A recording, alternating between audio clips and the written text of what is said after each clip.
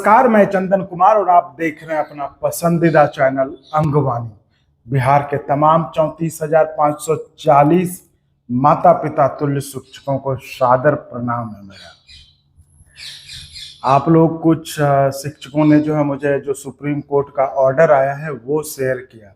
तो देखिए, जो हमने बताया बिल्कुल वही चीज है उस ऑर्डर में, है ना।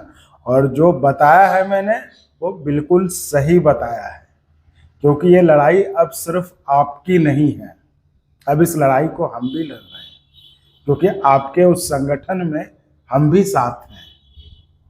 तो इसलिए पहले की तरह पहले भी हम आपको हमेशा सच बताते रहे और इस बार भी आपको सच ही बताए, क्योंकि अब रिश्ता ही है माता पिता और बेटे का, तो फिर वो घर की बात है, तो फिर इसमें गलत और ये क्या।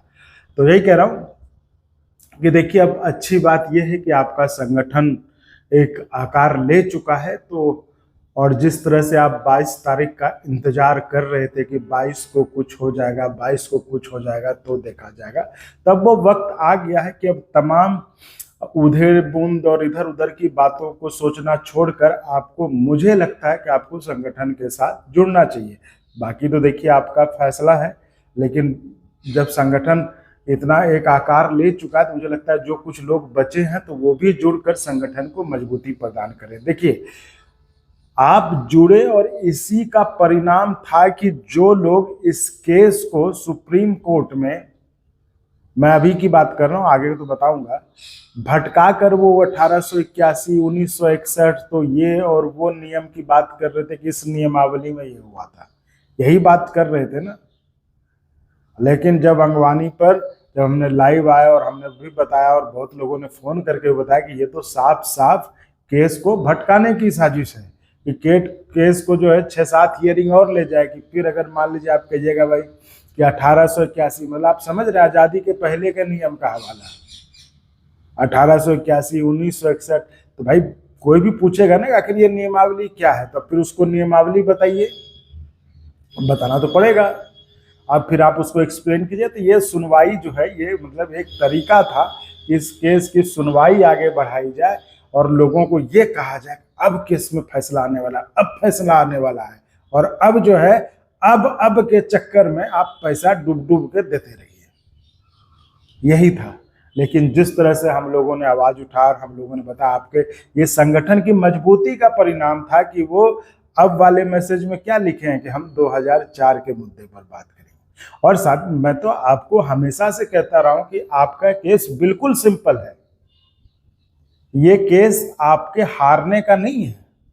ये केस आप हारेंगे तभी अगर जो इस केस को लड़ रहे हैं वो चाहेंगे हारना, नहीं तो आपका केस बिल्कुल प्लेन और सिंपल है, एक लाइन का केस है।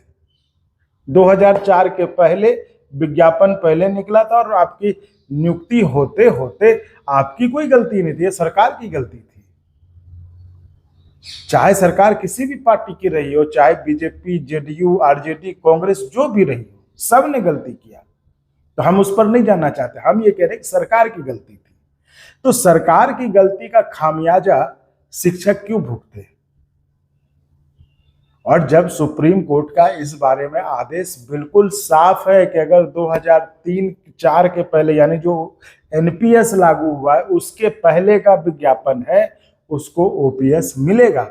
और अब कोर्ट में बस यही साबित करना, और इसको लेकर सिर्फ सुप्रीम कोर्ट का आदेश नहीं, भारत सरकार का आदेश है, और इस आदेश को हर जगह तामील किया जा चुका है। अभी इसी का परिणाम था, आपने देखा होगा, इसी अंगवानी पर भी हमने आपको शुरुआत में दिखाया था कि आप जो शिक्षकों से मांगा गया था कि आप ओपीएस में रहना चाहते हैं या एनपीएस में रहना चाहते हैं, तो इसी आदेश के आलोक में ये मांगा गया था ऑप्शन में। तो ऐसे क्यों मांगेंगे आपसे कि आप ओपीएस में जाना चाहेंगे या एनपीएस में आना चाहेंगे? तो वही मैं कह रहा हूँ कि ये केस आपका बिल्कुल प्लेन और सिंपल है। ये केस आप हारेंगे तभी अगर इस केस को जो लड़ने वाले हैं वो चाहें कि हार जाएं। और आपको मनसा, अब मुझे इस बारे में बार बार बताने की जरूरत नहीं है, क्योंकि अब मैं भी समझ चुका हूं कि ये बिल्कुल इनकी मनसा, जैसा आप लोग कहते थे, इनकी मनसा यही है कि जो है केस को लूटा जाए, केस में किस तरह से जो है पैसा बनाया जाए। अब जैसे वो मतलब अब हालांकि वो मतलब उस वकील साहब की क्या बात करें, मुझे तो नहीं लगता कि वो वकील साहब कुछ सही भी बोलते हैं, क्योंकि जिस तरह से उन्होंने कहा कि उनकी माँ से 1.5 लाख रुपया ले लिया गया। मतलब एक शिक्षिका से सोचिए 1.5 लाख रुपया ले लिया, क्या ये इतना बड़ा पैसा? ये तो वकील साहब को वो पेपर दिखाने चाहिए कि कब 1.5 लाख लिया आपसे, और अगर नहीं लिया तो जो ओझा जी एंड टीम है उनको भी बताना चाहिए कि हमने नहीं लिया, ये गलत बोल रहे हैं, है ना। तो ये वही मैं कह रहा हूँ कि इस तरह का अगर लूट खसोट था, जिस तरह से वकील साहब ने, वो जो जिसान अंजुम है, उन्होंने ये आरोप लगाया कि भाई हमारी माँ से 1.5 लाख रुपया ले लिया, तो मतलब समझिए एक आदमी से इतना पैसा लिया गया। तो जिसान अंजुम जी को वो दिखाना चाहिए पेपर कि भाई ये है, ये हमने 1.5 लाख रुपए दिए थे। और ओझा जी की टीम को भी ये करना चाहिए कि भाई हमने नहीं लिया, ये झूठ बोल रहे हैं तो दिखाएं कि नहीं लिया है। तो आप समझिए जहां एक एक शिक्षिकाओं से 1.5 लाख रुपया ले लिया गया हो, ये तो मतलब ये तो जो वो जो कहें तो रिकॉर्ड पे है। हालांकि मतलब मुझे नहीं लगता, क्योंकि वो वकील तो खुद यहाँ इसी अंगवानी को देख के जाके अपनी मम्मी को इंटरव्यूनर बनाए हैं। हमें पहले बहुत चीज नहीं पता थे, वो इंटरव्यूनर यही इंटरव्यू देख के बनाए हैं, पहले इंटरव्यूनर भी नहीं थी उनकी मम्मी। तो जिसको खुद पता नहीं क्या करना हो, और जिस काम के ओझा जी 6,000 ले रहे हैं 6100, उस काम के कोई आदमी 75,000 मांगे, भाई याद है ना सब आप लोगों को कि जिस काम के ओझा जी कह रहे हैं कि हम 6100 ले रहे हैं, उस काम के ये कहे कि हम 75,000 लेके हम बनाएंगे। तो ऐसे लोगों का क्या भरोसा करना, और ऐसे लोगों की बात पे देखिए, अब जो है ना बिल्कुल ये सही वक्त है कि आप संगठन से जुड़िए। अंगवानी जो आपके लिए संगठन बना रहा है, देखिए हमारा उसमें कुछ लेना देना है नहीं। हम संगठन सिर्फ इसलिए बना रहे हैं कि एक रिश्ता आपसे हो गया, माता पिता का और बेटे का।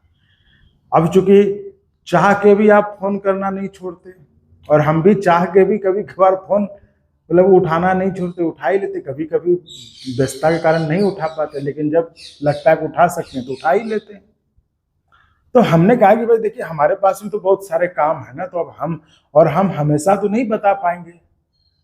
तो चलिए हमने कहा चलो माँ बाप हैं तो उनके लिए हम एक संगठन बना दें, जिससे कि उनका हित सुरक्षित रहे, उनको कोई फिर बेवकूफ ना बना सके। अगर संगठन पूरा एक, चूंकि देखिए आप लोग तो सब अलग अलग हैं, अब अंगवानी के कारण मुझसे तमाम शिक्षक जुड़े हुए हैं 34,540 के, तो यहाँ मैं वो काम कर सकता था कि तमाम शिक्षकों को जोड़कर आपके साथ एक प्लेटफॉर्म पे ला दूं।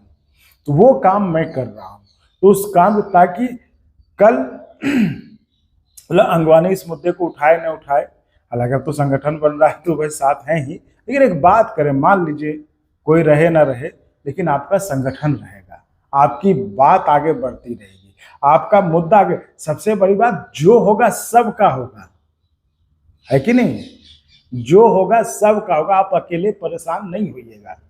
आप बताइए, इतने सालों से परेशान ही तो हो रहे थे। ये अगर अंगवानी जनवरी में नहीं आता तो ये केस चलता क्या? केस चलता।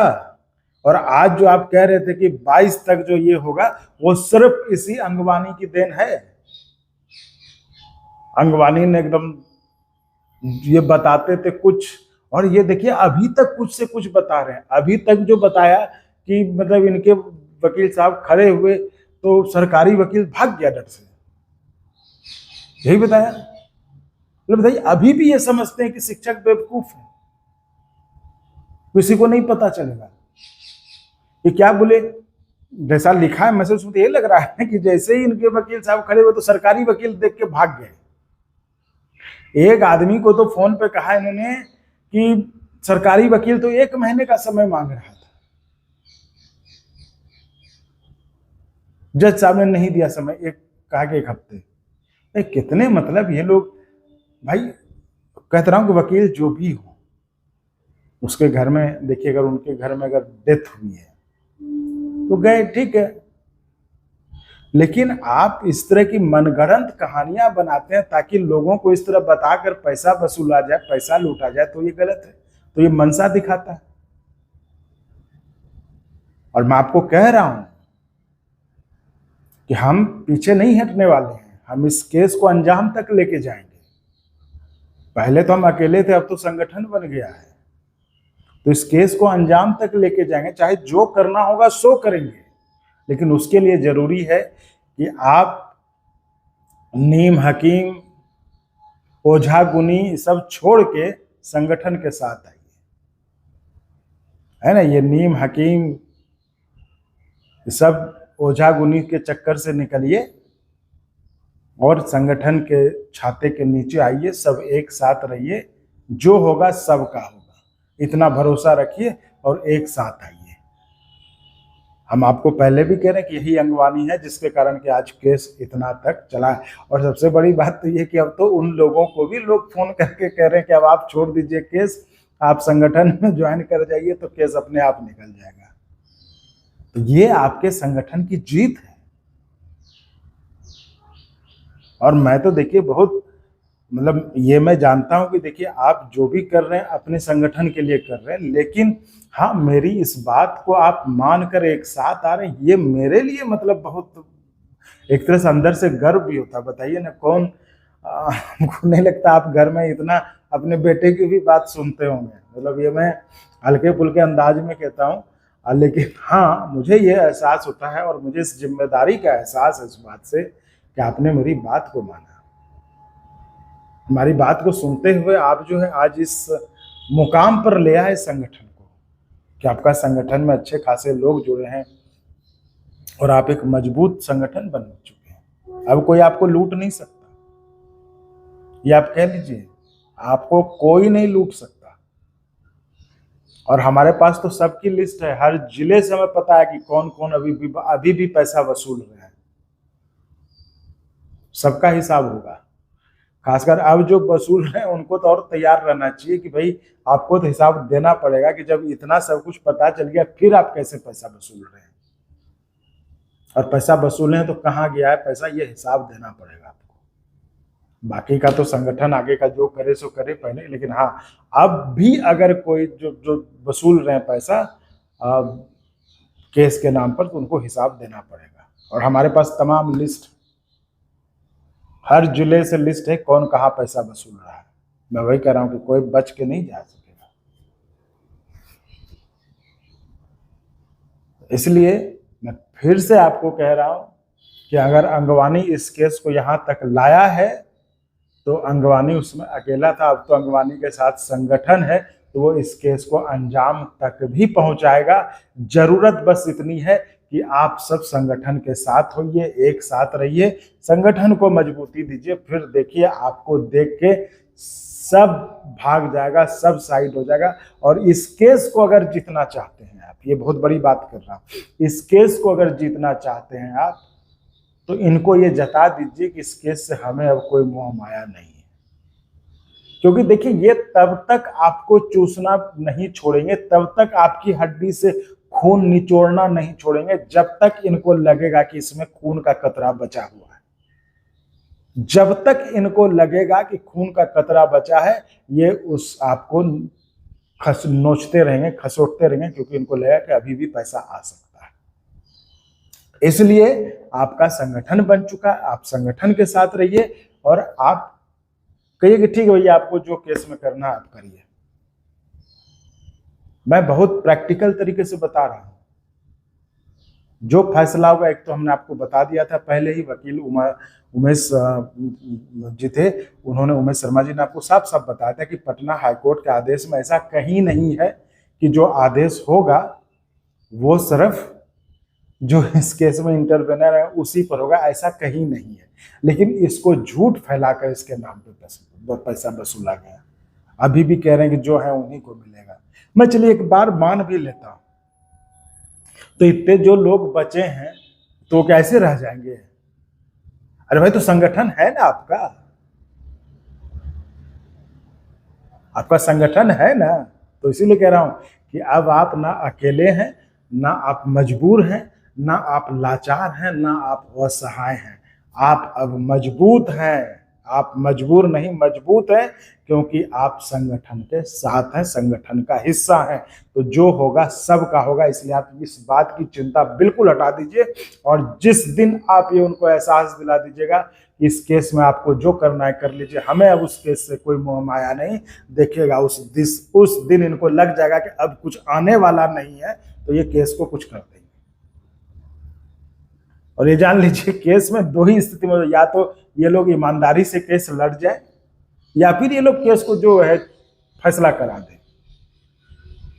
भाई ये तो सीधा सीधा सरकार का, सुप्रीम कोर्ट का आदेश है, इसलिए इसमें ज्यादा कहीं कुछ दिमाग लगाने की जरूरत ही नहीं है। इसीलिए मैं फिर दोहरा रहा हूं, कहीं किसी के चक्कर में नहीं पड़ना है। नीम हकीम, ओझा गुनी, इन सब से बाहर निकलिए, संगठन के साथ जुड़िए जो अंगवानी आपके लिए बना रहा है। मैं हूं वहां पर, कोई इधर उधर कहीं कुछ नहीं। देखिए बहुत लोग इसमें पड़ेंगे कि इसमें जो भाई कल को कोई और आ जाएगा ऐसा, तो इसलिए नहीं, बस एक बार संगठन से जुड़िए और अपने को मजबूत रखिए। तो आपके पास सब कुछ उदाहरण है, सब कुछ है आपके सामने, कोई है ना, क्या धंधा चल रहा है आप देखिए।